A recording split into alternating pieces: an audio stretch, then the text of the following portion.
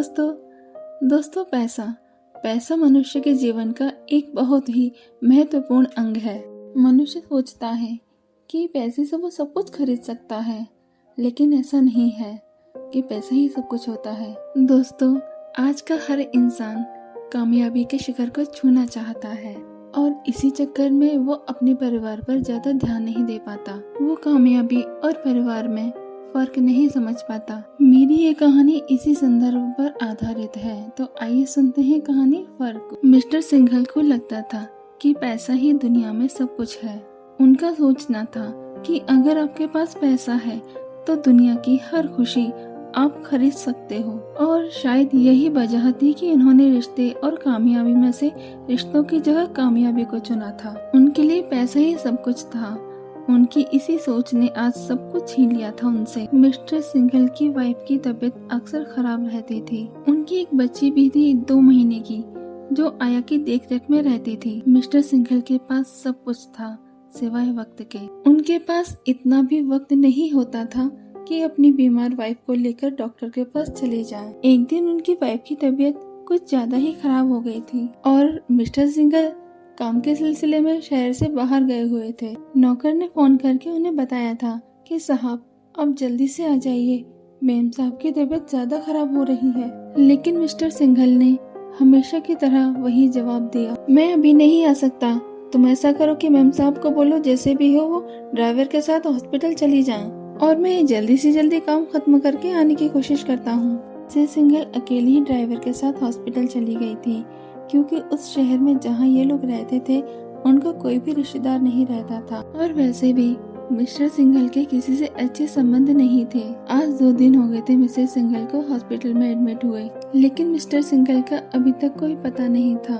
Doctor ने सारे checkup कर लिए थे, कहीं कुछ भी कमी नहीं थी, लेकिन फिर भी मिसेस सिंघल की तबीयत दिन ब दिन खराब होती जा रही थी। हर एक मिनट उन्हें मौत की तरफ खींचे ले जा रहा था। और जब डॉक्टर ने मिस्टर सिंघल को फोन पर ये बताया कि बात हमारे हाथ से निकलती जा रही है, तब कहीं जाकर शायद उनको होश आया कि जो हॉस्पिटल में पड़ी हुई है वो उनकी जीवन संगनी है, जिसने हर हालात में अभी तक उनका साथ दिया है, और वो तुरंत वापस आ गए। लेकिन अफसोस, जिसके लिए वो अपना जरूरी काम छोड़कर वापस आए थे वो तो हमेशा के लिए जा चुकी थी। बहुत दुखी हो गए थे मिस्टर सिंघल, लेकिन अब हो भी क्या सकता था, जाने वाला तो जा चुका था। खैर, जो भी हुआ बहुत बुरा हुआ उस छोटी सी बच्ची के लिए, मिस्टर सिंघल की बच्ची, जिसके सिर से माँ का आंचल उड़कर बहुत दूर जा चुका था। मिसेस सिंघल ने बड़ी प्यार से उसका नाम अनाया रखा था। और मिस्टर सिंघल का क्या,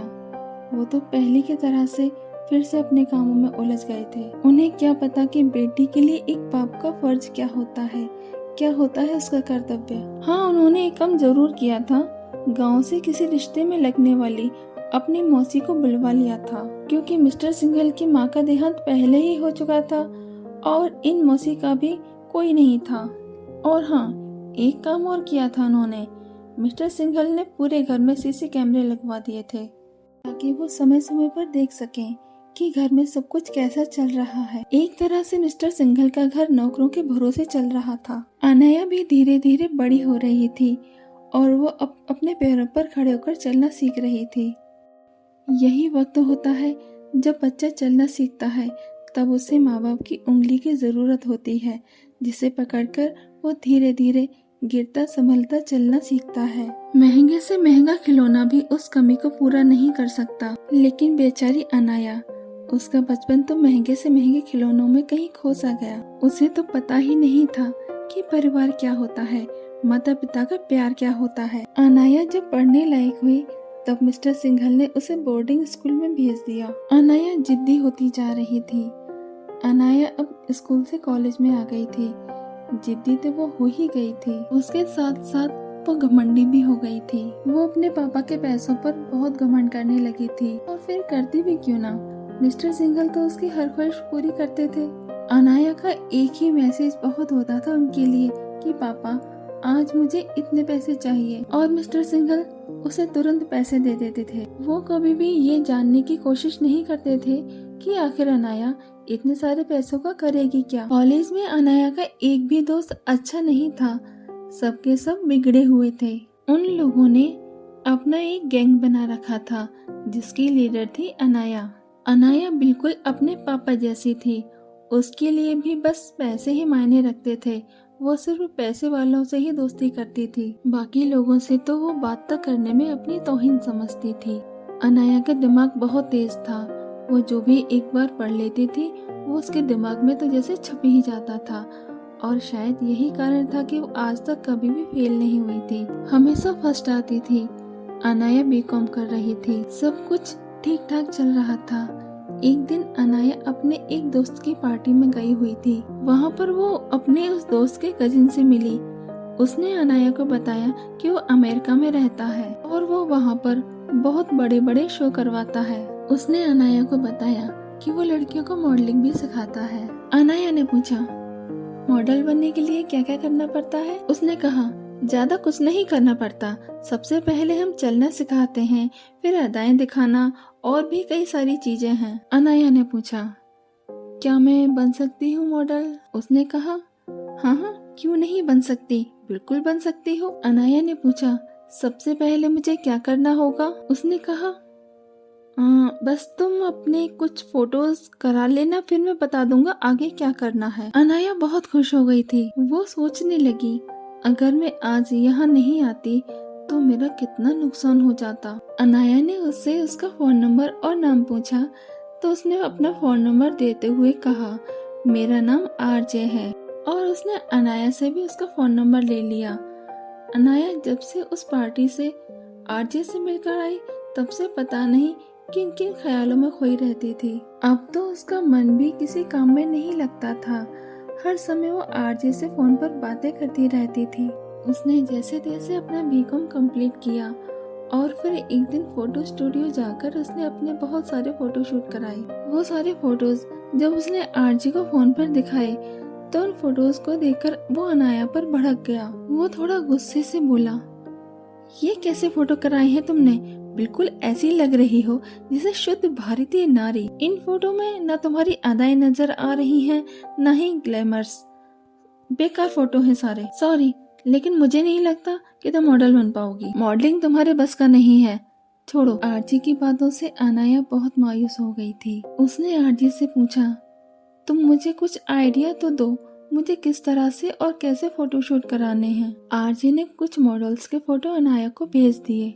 उन फोटोज को देखकर अनाया थोड़ी सी परेशान हो गई थी, क्योंकि वो कैसी भी थी, पर उसने ऐसे कपड़े तो आज तक नहीं पहने थे। उसने आरजे से पूछा, क्या ये कपड़े बहुत ज्यादा छोटे नहीं हैं? आरजे ने कहा, तुम्हें ये कपड़े छोटे लग रहे हैं? छोड़ो अनाया, तुम्हारे बस का नहीं है ये सब।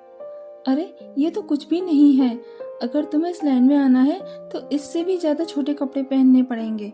और हाँ सुनो, मुझे आज के बाद फोन करके परेशान मत करना, क्योंकि मेरे पास फालतू वक्त नहीं है तुम्हारे लिए। बनी रहो तुम कुएं की मेंढक। अरे अरे, नाराज क्यों होते हो? मैंने तो बस पूछा ही तो था। तुम जैसा बोल रहे हो मैं वैसा करने की कोशिश करूंगी। अनाया आरजे की खुशामद करते हुए बोली। तो आरजे ने कहा, अनाया डार्लिंग, तुम्हें ऐसा करने की कोशिश नहीं करनी है, बल्कि ऐसा बनना है, समझे? और हाँ, अब की बार जो फोटोज मेरे पास भेजो तो मुझे उसमें ये अनाया नहीं चाहिए, मुझे चाहिए सेक्सी अनाया। समझ गई? बिल्कुल समझ गई जहाँपना, अनाया चहकती हुई बोली। आरजे से बात करने के बाद अनाया ने सबसे पहले अपने लिए कपड़े खरीदे। इतने छोटे कपड़ों में वो खुद को असहज महसूस कर रही थी, लेकिन फिर भी उसने उन कपड़ों को पहनकर दोबारा फोटोशूट कराए और आरजे को भेज दिए। फोटोज देखकर आरजे ने कहा, नॉट बैड बेबी, बट अब क्या हुआ? अनाया ने परेशान होते हुए पूछा। तो आरजे ने कहा, अभी वो बात नहीं है जो एक सेक्सी लड़की में होनी चाहिए। अनाया ने कहा, ठीक है, देखना इस बार तुम रिजेक्ट नहीं कर पाओगे मेरे फोटोज। अरे हाँ अनाया, तुम एक काम कर सकती हो, क्यों ना तुम फैशन शो देखो, उससे तुम्हें बहुत हेल्प मिलेगी। आरजे ने अनाया को ये बताया तो अनाया ने खुश होते हुए उसे थैंक्स बोला। अब अनाया हर वक्त फैशन शो देखती और वैसा ही करने की कोशिश करती थी। एक दिन अनाया अपने कमरे में बैठकर फैशन शो देख रही थी फोन पर कि अचानक मिस्टर सिंघल उसके कमरे में आ गए। पापा को अपने सामने इस तरह अचानक आया देखकर वो चौंक गई। अरे पापा, आप, कुछ काम था आपको मुझसे? अनाया के पूछने पर मिस्टर सिंघल ने कहा, नहीं बेटा, मुझे कुछ भी काम नहीं था। मैं तो बस तुमसे ये पूछने आया था कि तुम्हारा बीकॉम तो कंप्लीट हो गया है, अब आगे क्या करने का इरादा है तुम्हारा? मुझे फैशन डिजाइनर बनना है पापा। अनाया के मुंह से अचानक से निकल गया। उसकी हिम्मत नहीं हुई कि मिस्टर सिंघल को ये बता दे, पापा मैं एक सुपर मॉडल बनना चाहती हूँ। ठीक है, जैसा तुम ठीक समझो। ये बोलकर मिस्टर सिंघल चले गए। अनाया ने चैन की सांस ली। मिस्टर सिंघल के जाते ही उसने आरजे को फोन किया और सारी बात बता दी। आरजे ने कहा, बहुत अच्छा किया तुमने, और हाँ, अपने फोटोज जल्दी भेजो, बहुत समय लगा लिया तुमने। हाँ आरजे, बस मैं 1-2 दिन में भेजती हूँ। 1-2 दिन से ज्यादा का वक्त मत लगाना, और हाँ, इस बार पिक्चर्स बिल्कुल परफेक्ट आनी चाहिए। आरजे ने अनाया को बोला। तुम फिक्र मत करो मिस्टर आरजे, इस बार अनाया ने अपना होमवर्क कंप्लीट कर लिया है। देखना, तुम इस बार मेरी पिक्चर्स को रिजेक्ट नहीं कर पाओगे। अनाया ने पूरे कॉन्फिडेंस के साथ बोला। वेरी गुड, ऐसा ही हो, आरजे ने मुस्कुराते हुए कहा। इस बार अनाया ने सारे शर्म छोड़कर कातिल अदाओं के साथ फोटोशूट कराए थे और आरजे को भेज दिए। वाकई में अनाया ने जैसा बोला था वैसा ही हुआ। आरजे उसके फोटो देखकर पागल हो रहा था। उसको विश्वास नहीं हो रहा था ये अनाया ही है। इधर अनाया को पूरा विश्वास था कि आरजे को मेरी फोटो जरूर पसंद आएंगी, लेकिन कहीं न कहीं उसे डर भी लग रहा था कि कहीं इस बार भी आरजे को मेरी फोटो पसंद नहीं आई तो। इसीलिए उसने आरजे को फोन करके नहीं पूछा, बल्कि आरजे का ही फोन आया उसके पास। आरजे ने उसकी सारी पिक्चर्स की बहुत तारीफ की। आरजे ने अनाया को बोला, ओह अनाया, वाकई में तुम बहुत सुंदर हो। अनाया, अगर तुम यहाँ आ जाओ तो सबकी छुट्टी कर दोगी। लेकिन, और आरजे चुप हो गया। लेकिन क्या? बोलो आरजे, बोलो ना, अनाया ने परेशान होते हुए पूछा। आरजे ने कहा, छोड़ो यार, तुम्हारे बस का नहीं है और तुम्हारे अंदर हिम्मत भी नहीं है। देखो आरजे, साफ साफ बात करो, तुम कहना क्या चाहते हो। और रही बात मेरी हिम्मत की, तो मिस्टर आरजे, अभी तुमने अनाया सिंघल की हिम्मत देखी ही कहाँ है। इस बार अनाया थोड़ी सी गर्म हो गई थी। आरजे यही तो चाहता था, पहले लोहे को गर्म करना और फिर गर्म लोहे पर चोट करना। आरजे ने अनाया के गुस्से का फायदा उठाते हुए कहा, अरे मिस अनाया, नाराज क्यों होती हो? मेरी बात सुनो। मैं तो बोल रहा था कि तुम यहाँ कैसे आओगी, और अभी तुम्हें बहुत कुछ सीखना बाकी है। शायद तुम नहीं जानती, मुझे तुम पर बहुत मेहनत करनी पड़ेगी। अब मैं यहाँ का सारा काम छोड़कर तो वहाँ नहीं आ सकता। और चलो मान लो मैंने किसी भी तरह तुम्हें सब कुछ सिखा भी दिया, तो उसका क्या फायदा? वहाँ इंडिया में तो टैलेंट की कदर ही नहीं है। वहाँ पर तो बस हर जगह सिफारिश और पैसा, बस इसी का बोलबाला है। और मैं अमेरिका को इंडिया तो नहीं ला सकता ना तुम्हारे लिए। आरजे की बात सुनकर अनाया ने कहा, ए मिस्टर आरजे, तुम अनाया सिंघल को चैलेंज कर रहे हो? आरजे ने कहा, नहीं, मैं तुम्हें चैलेंज नहीं कर रहा, बल्कि सच बोल रहा हूँ। मेरी तुमसे अब तक जितनी भी बातें हुई हैं, उसके हिसाब से तो तुम्हारे पापा कितने भी बड़े बिजनेसमैन क्यों ना हो, पर उनकी सोच आज के हिसाब से नहीं है। तुम्हारे पापा की और तुम्हारी सोच सेम एक जैसी है। अनाया, दुनिया बहुत आगे निकल चुकी है और तुम अभी तक वहीं के वहीं खड़ी हो। आरजे की बातें सुनकर अनाया ने कहा, मैं अपने पापा के जैसे बिल्कुल नहीं सोचती। देखना तुम, या तो मैं पापा को मना लूंगी कि वो मुझे अमेरिका भेज दें, और अगर वो नहीं माने तो मैं चुपचाप उन्हें बगैर बताए आ जाऊंगी। अनाया की बातें सुनकर आरजे ने कहा, देखते हैं। आरजे हर रोज फोन करके अनाया का ब्रेन वॉश कर रहा था। वो उसे हर वो काम करने के लिए उकसाता था जो अनाया को बर्बादी की तरफ ले जा रहा था। अनाया धीरे धीरे ड्रिंक करना सीख रही थी, सिगरेट पीना और लेट नाइट पार्टी करना, और इन सब में उसकी हेल्प कर रहे थे उसके कॉलेज के दोस्त जो पूरी तरह से बिगड़े हुए थे। अनाया की इन सारी बातों की मिस्टर सिंघल को कानो कान खबर नहीं थी। खबर होती भी कैसे, उन्होंने कभी घर में ध्यान ही नहीं दिया था। बस कभी कभी अनाया से ही पूछ लेते थे कि घर में सब कैसा चल रहा है, और अनाया बातें बना देती। एक दिन अनाया ने बहुत हिम्मत करके मिस्टर सिंघल से बात की। उसने कहा, पापा, मैंने आपको बताया था ना कि मुझे फैशन डिजाइनर बनना है, तो मैं सोच रही थी कि अगर आप इजाजत दे दें तो मैं अमेरिका जाकर ये कोर्स करना चाहती हूँ। अनाया की बातें सुनकर मिस्टर सिंघल एकदम से भड़क गए। उन्होंने कहा, तुम्हारा दिमाग तो सही है, क्या बक रही हो? फैशन डिजाइनिंग के लिए वहाँ जाने की क्या जरूरत है तुम्हें? क्या वो यहाँ इंडिया से नहीं हो सकता? क्या कमी है यहाँ पर तुम्हें? तुम कहीं नहीं जाओगी, समझी? तुम्हें जो कुछ भी करना है यहीं पर रहकर करो, और जितना चाहो उतना पैसा खर्च करो, पर इंडिया से बाहर जाने का विचार अपने दिमाग से निकाल दो। पापा की डांट सुनकर अनाया चुप हो गई, लेकिन उसने अपने मन में ठान लिया था कि जो भी हो, जैसे भी हो, मैं यहाँ से जाकर ही रहूंगी। मैं अपना सपना पूरा करके ही रहूंगी। यहाँ गलती अनाया की नहीं थी, उसे तो बचपन से ही आदत पड़ी थी अपनी जिद पूरी करने की। उसका नतीजा ये हुआ कि अनाया ने आरजे को फोन किया। आरजे, पापा ने मना कर दिया है कि वो मुझे वहाँ आने नहीं देंगे, पर मैं वहाँ आना चाहती हूँ और इसमें तुम्हें मेरी हेल्प करनी पड़ेगी। मैं पापा को बताए बगैर वहाँ आ जाऊंगी। आरजे ने कहा, तुम चिंता मत करो, मैं सारे इंतजाम कर दूंगा। अगले हफ्ते मेरा एक आदमी तुम्हारे पास आएगा, तुम उसे अपना आधार कार्ड, कुछ पैसे और कुछ पासपोर्ट साइज फोटो दे देना। पर आरजे, मैं उसे पहचानूंगी कैसे? अनाया ने पूछा। तो आरजे ने कहा कि उसका फोटो मैं तुम्हारे फोन पर भेज दूंगा। Okay, thanks RJ. अनाया खुश हो गई। पूरे एक हफ्ते अनाया बहुत अच्छी तरह से रही। उसके व्यवहार से किसी को भी जरा भी शक नहीं हुआ उसके ऊपर। एक हफ्ते बाद आरजे का भेजा हुआ वो आदमी आया। अनाया ने चुपचाप से वो सब दे दिया जो आरजे ने बोला था। अनाया ने आरजे को फोन किया और बताया कि तुम्हारे भेजे हुए आदमी को जो जो तुमने बोला था मैंने सब दे दिया है, अब मुझे कब तक इंतजार करना पड़ेगा? आरजे ने कहा, तुम फिक्र मत करो, जितना जल्दी हो सकेगा मैं तुम्हें अपने पास बुला लूंगा। अब तुम्हें कुछ भी करने की जरूरत नहीं है, अब तुम आराम से घर पर बैठो और मेरे फोन कॉल का इंतजार करो। Okay bye baby.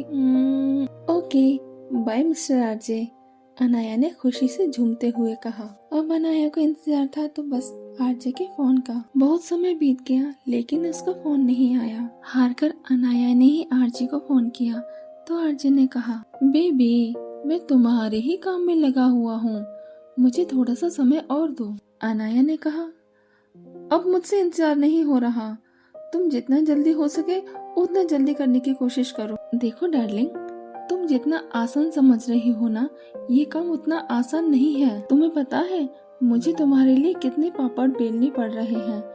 तुम क्या समझती हो तुम्हें यहाँ चोरी छुपे में ऐसे ही बुला लूं ताकि जब तुम्हारे पापा को पता चले तो वो मुझे ही पकड़े?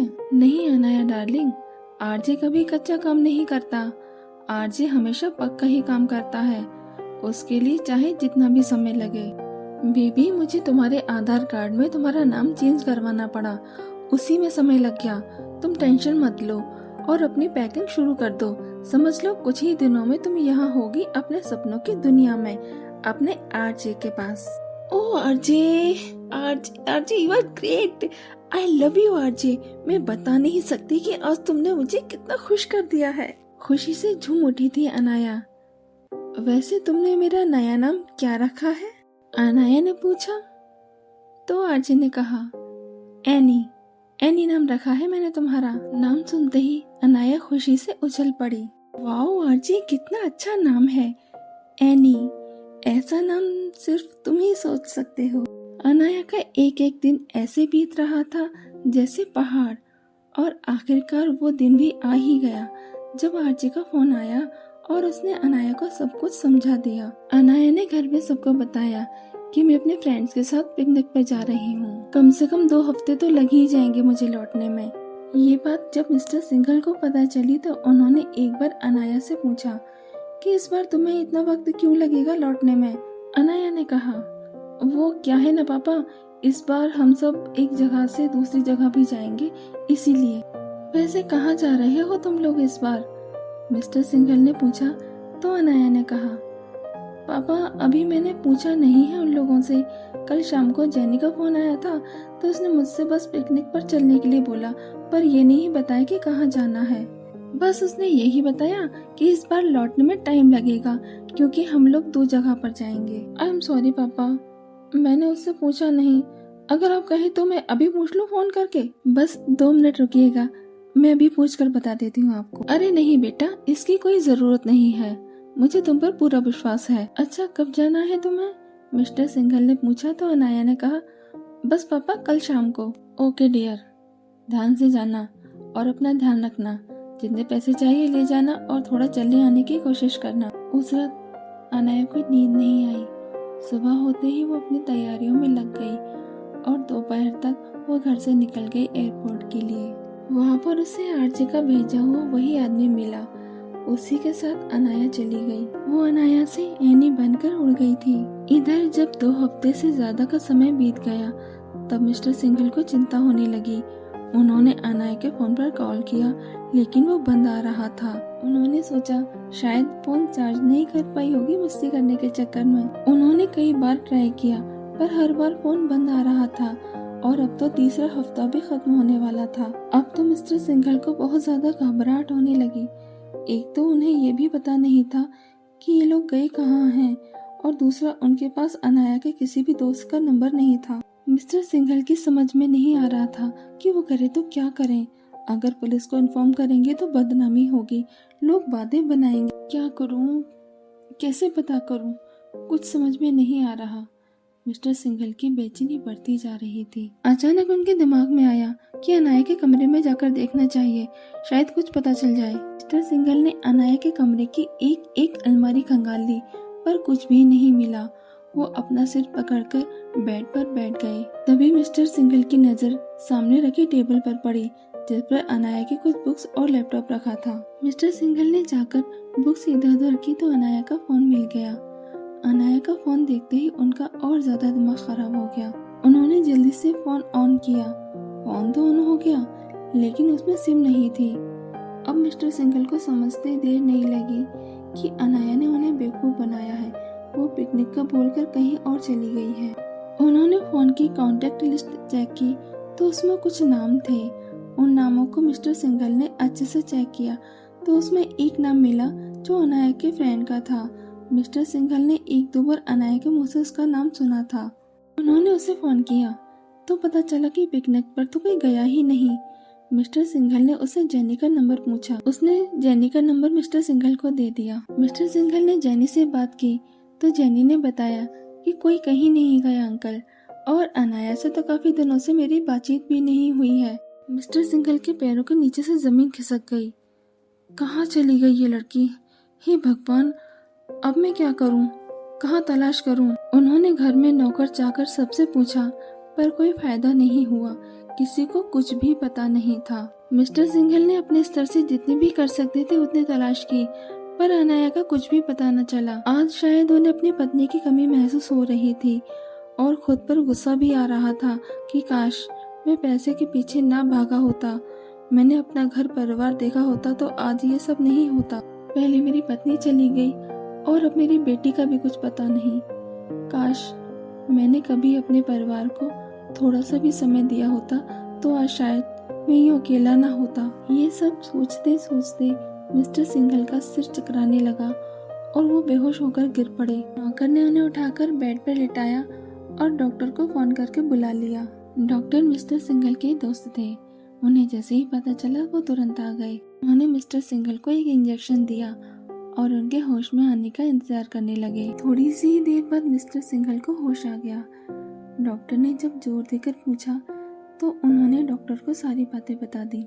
सारी बातें सुनने के बाद डॉक्टर ने कहा, मिस्टर सिंघल, आपने अभी तक पुलिस में रिपोर्ट क्यों नहीं लिखवाई?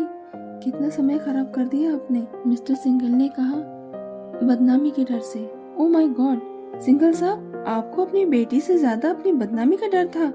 लेकिन अब क्या करेंगे आप? अगर आप उसी समय पुलिस को रिपोर्ट कर देते तो शायद आपकी बेटी मिल भी सकती थी। अब चलिए उठिए, डॉक्टर ने मिस्टर सिंघल से कहा। तो उन्होंने पूछा, कहाँ? डॉक्टर ने कहा, पुलिस के पास और कहाँ? इसके अलावा तुम्हारे पास कोई रास्ता हो तो बताओ। बेचारे मिस्टर सिंघल क्या कहते, शायद में से उनका सिर झुक गया था। वो दोनों पुलिस स्टेशन पहुंचे। वहां पर जाकर उन्होंने अनाया का फोटो दिखाया और सारी बातें बताई। इंस्पेक्टर ने कहा, क्या घर से जाने से पहले आपका आपकी बेटी से झगड़ा तो नहीं हुआ था? मिस्टर सिंघल ने कहा, नहीं, हमारा कोई झगड़ा नहीं हुआ। इंस्पेक्टर ने दोबारा पूछा, प्लीज अच्छे से याद कीजिए। तभी मिस्टर सिंघल को याद आया। उन्होंने इंस्पेक्टर को बताया कि कैसे बात हुई थी उनकी और अनाया की अमेरिका जाने को लेकर। उन्होंने कहा, हर बार वो अपनी जिद पूरी करवा कर ही मानती थी। उसके लिए मैंने भी कभी किसी चीज के लिए उसे मना नहीं किया, लेकिन इस बार जब उसने अमेरिका जाने की जिद की तो मुझे थोड़ा सा गुस्सा आ गया और मैंने उसे डांट दिया, पर वो मान गई थी। उसने दोबारा जिद नहीं की थी। तो ये बात है मिस्टर सिंघल, आप माने या ना माने, पर मुझे ऐसा लगता है कि इस बार भी हर बार की तरह आपकी बेटी ने अपनी जिद पूरी करने की ठान ली थी। लेकिन अगर वो गई है तो किसके साथ? इंस्पेक्टर ने सोचते हुए कहा। मिस्टर सिंघल ने कहा, सर मैं उसके सारे दोस्तों से पूछ चुका हूँ, लेकिन किसी को कुछ भी नहीं पता। इंस्पेक्टर ने कहा, सर आप ऐसा कीजिए, उन सबका फोन नंबर मुझे दे दीजिए, मैं बात करके देखता हूँ, और अगर आपको कुछ भी पता चले तो हमें जरूर बताना। इधर मिस्टर सिंघल ने अनाया को ढूंढने में जमीन आसमान एक कर दिया था, और उधर अमेरिका में अनाया की किस्मत अच्छी थी जो वो बच गई। अनाया के अमेरिका पहुंचने के कुछ दिन बाद ही आरजे को पुलिस ने गिरफ्तार कर लिया था। आरजे अनाया जैसी ही कितनी लड़कियों को यहाँ बुलाता था मॉडलिंग के बहाने। मॉडलिंग के बारे में पूरी जानकारी न होने के कारण कई लड़कियां उसकी जाल में फंस चुकी थीं। वो मॉडलिंग के नाम पर लड़कियों को डांस की प्रैक्टिस करवाता था और उनके फोटोज खींचता था। फिर कुछ दिन बाद वो लड़कियां कहाँ गायब हो जाती, किसी को कुछ भी पता नहीं चलता था। ऐसा ही कुछ अनाया के साथ भी हो जाता अगर समय रहते पुलिस ने आरजे को गिरफ्तार ना किया होता तो। और ये सब संभव हो सका अनाया के उसी दोस्त की वजह से जिसके यहाँ पार्टी में अनाया आरजे से मिली थी। मिस्टर सिंघल ने अनाया के दोस्तों के जो नंबर दिए थे पुलिस को, उसमें अनाया के दोस्त का नंबर नहीं था। वो इंस्पेक्टर उन नंबर्स पर कॉल करके बात कर ही रहा था कि अनाया का वही दोस्त थाने में आ गया। उसने जो बात इंस्पेक्टर को बताई उसे सुनकर वो इंस्पेक्टर चौंक गया। इंस्पेक्टर ने उस लड़के को रुकने के लिए बोला और मिस्टर सिंघल को फोन करके थाने बुलवा लिया। मिस्टर सिंघल तुरंत आ गए। इंस्पेक्टर ने पूछा, क्या आप इस लड़के को जानते हो? मिस्टर सिंघल ने गौर से उसकी तरफ देखा और बोले, नहीं, मैं इसे नहीं जानता। मैं अनाया के एक दो दोस्तों से ही मिला हूँ, सबसे नहीं। वो लड़का बोला, अंकल आप जेनी से पूछ लीजिए, उस दिन पार्टी में वो भी आई थी। मिस्टर सिंघल ने जेनी को फोन करके पूछा, जेनी क्या तुम इसी वक्त थाने आ सकती हो? जेनी ने कहा, हाँ अंकल अभी आती हूँ। जेनी का घर ज्यादा दूर नहीं था, वो जल्दी ही आ गई। जेनी उस लड़के को देखते ही पहचान गई। जेनी ने कहा, हाँ अंकल ये मेरा और अनाया का दोस्त है, पर अनाया ऐसे कम ही बात करती थी। उस दिन तो पता नहीं कैसे वो उसकी पार्टी में आ गई थी। वो तो उसे ज्यादा पसंद भी नहीं करती थी। ज्यादा पसंद नहीं करती थी, इसका क्या मतलब हुआ? इंस्पेक्टर ने जेनी से पूछा तो जेनी ने कहा, सर वो अनाया हमेशा पैसे वालों से ही दोस्ती करती थी और ये वैसा नहीं है, लेकिन ये पढ़ने में बहुत होशियार है। पढ़ने के लिए ही अनाया इसकी हेल्प लेती थी, बस इसीलिए इससे बात कर लेती थी। इतना बोलकर जेनी चुप हो गई। इंस्पेक्टर ने पूछा, इसके अलावा कुछ और जानती हो तो बताओ। जेनी ने कहा, नहीं सर मैं इतना ही जानती हूँ, इसके अलावा मुझे कुछ नहीं पता। अचानक से उसे जैसे कुछ याद आया तो उसने कहा, हाँ सर एक बात और, उस दिन इसके यहाँ पार्टी में इसका कोई कजिन भी आया था और अनाया पूरा टाइम उसी से ही बात करती रही थी और शायद उसने अपना फोन नंबर भी दिया था उस लड़के को। बस सर मुझे इतना ही पता था। सर क्या मैं जा सकती हूँ? इंस्पेक्टर ने कहा, जाओ, लेकिन जब भी जरूरत पड़ेगी हम तुम्हें दोबारा बुलाएंगे। जेनी चली गई। अब उस लड़के को इंस्पेक्टर ने बुलाया और पूछा, अब बता क्या बात है? और मिस्टर सिंघल भी वहीं बैठे हुए थे। उस लड़के ने बताना शुरू किया। सर आरजे मेरी बुआ का बेटा है। अमेरिका में वो अकेला रहता है और वो अक्सर इंडिया आता रहता है। मुझे उस पर कभी शक नहीं हुआ, लेकिन उस दिन जब वो आया हुआ था मेरे घर पर, तो वो मेरे फोन में मेरे दोस्तों के फोटो देख रहा था। फोटो देखते देखते उसने मुझसे कहा, यार कभी अपने दोस्तों से भी मिलवा। मैंने सोचा ये कभी कभी तो आता है इंडिया, अब अपने सारे दोस्तों से इसे कैसे मिलवाऊं। सर मैं तो सोच ही रहा था कि क्या करूं। तभी उसने मुझे आइडिया दिया कि हम पार्टी करते हैं और उस पार्टी में तो अपने सारे दोस्तों को बुलाना। लेकिन सर उस पार्टी में उसने किसी से ज्यादा बात नहीं की थी। पूरा टाइम बस अनाया से ही बातें करता रहा था और अनाया भी उससे बहुत खुश होकर बातें कर रही थी। सर मुझे थोड़ा अजीब सा तो लगा, लेकिन मैंने ज्यादा ध्यान नहीं दिया। सर मैंने उसे फोन पर अनाया से बात करते हुए एक दो बार देखा था। मैंने सोचा ऐसे ही नॉर्मल बातें हो रही होंगी, लेकिन सर जिस दिन वो यहाँ से जा रहा था उससे एक दिन पहले उसका फोन बात करते करते बंद हो गया था। तो उसने मेरा फोन लिया था बात करने के लिए, और सर मेरे फोन में उसकी कॉल रिकॉर्ड हो गई थी। उसने शायद इस बात पर ध्यान नहीं दिया होगा। सर अचानक मैंने वो रिकॉर्डिंग सुन ली। उसमें उसने बस इतना ही बोला कि कैद में है बुलबुल, मूवी रिलीज हो जाएगी। सर मेरे कुछ समझ में नहीं आया तो मैंने इतना ध्यान भी नहीं दिया, लेकिन जब मुझे जैसे ही अनाया का पता चला तो सर मेरा दिमाग घूम गया। सर अमेरिका में मेरा एक दोस्त रहता है। मैंने आरजी का फोटो भेजकर उससे पूछा था, तो उसने मुझे बताया कि वो आरजी को जानता तो है, लेकिन उसकी कभी आरजी से बात नहीं हुई। तो सर मैंने उसे अनाया के बारे में सारी बातें बताई और उसे आरजी के बारे में पता लगाने के लिए कहा। सर उसने आरजी का साई की तरह पीछा किया, अपनी जान की परवाह ना करते हुए। सर उसी ने मुझे बताया था कि आरजे किस तरह से लड़कियों को फंसाकर उन्हें कहीं बेच देता है, और वो ये काम बहुत होशियारी के साथ करता है। सर किसी को उस पर आज तक शक नहीं हुआ।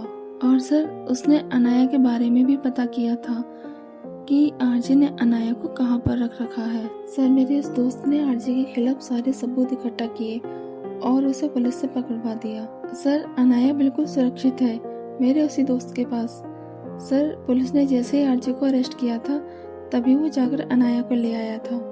इंस्पेक्टर ने पूछा, चलो तुम जो बोल रहे हो वो सब सच है, लेकिन अनाया तो तुम्हारे उस दोस्त को जानती नहीं थी, फिर उसने तुम्हारे दोस्त की बात कैसे मान ली? सर उसने अनाया को आरजे के खिलाफ जो सबूत उसके पास थे वो दिखाए और अनाया से मेरी बात भी कराई थी वीडियो कॉल पर। सर मैंने अनाया को सारी बातें समझा दी थी, इसीलिए वो मेरे दोस्त के साथ चली गई। सर आप चाहें तो मैं अपने दोस्त की और अनाया की आपसे बात करा सकता हूँ। इंस्पेक्टर ने बोला, करा बात। फिर उसने अमेरिका अपने दोस्त को फोन मिलाया। फोन उस लड़के के दोस्त ने उठाया तो उस लड़के ने अपने दोस्त को यहाँ की सारी बात बताने के बाद अनाया से बात कराने के लिए बोला। कुछ ही देर में अनाया फोन पर बात करने के लिए आ गई थी। जब अनाया फोन पर बात कर रही थी तब मिस्टर सिंघल की खुशी का पार नहीं था। वो कहने लगे, ये आवाज मेरी बेटी की है, मेरी अनाया की। इंस्पेक्टर ने कॉल डिस्कनेक्ट करते हुए उन्हें शांत किया और समझाया कि वो जल्दीबाजी ना करें और आराम से बैठें। फिर इंस्पेक्टर ने उसी नंबर पर वीडियो कॉल की। फोन अनाया ने ही रिसीव किया था। अपने पापा को सामने देखकर वो फूट फूट कर रोने लगी। आई एम सॉरी पापा, मुझे माफ कर दो। और इधर मिस्टर सिंघल अनाया से माफी मांग रहे थे। बेटा मुझे माफ कर दे, मैंने अपने परिवार पर कभी ध्यान ही नहीं दिया। मेरी वजह से तेरी माँ मुझे छोड़कर चली गई और अब तू भी। मिस्टर सिंघल के मुंह से शब्द ही नहीं निकल पाए। वो बहुत बुरी तरह से फपक पड़े थे। कुछ ही दिनों में अनाया अपने पापा के पास आ गई थी, लेकिन इस बार एक नई अनाया थी, अच्छी और समझदार अनाया। और मिस्टर सिंघल को कामयाबी और परिवार दोनों का फर्क समझ में आ गया था। दोस्तों कैसी लगी आपको ये कहानी कमेंट करके ज़रूर बताना। और दोस्तों मेरा कहना तो यही है कि आप सबसे पहले अपने परिवार को अहमियत दीजिए, क्योंकि परिवार है तो सब कुछ है। और हाँ, मेरे चैनल का भी ध्यान रखिएगा। मेरे चैनल स्टोरी टेलिंग को सब्सक्राइब करना ना भूलना।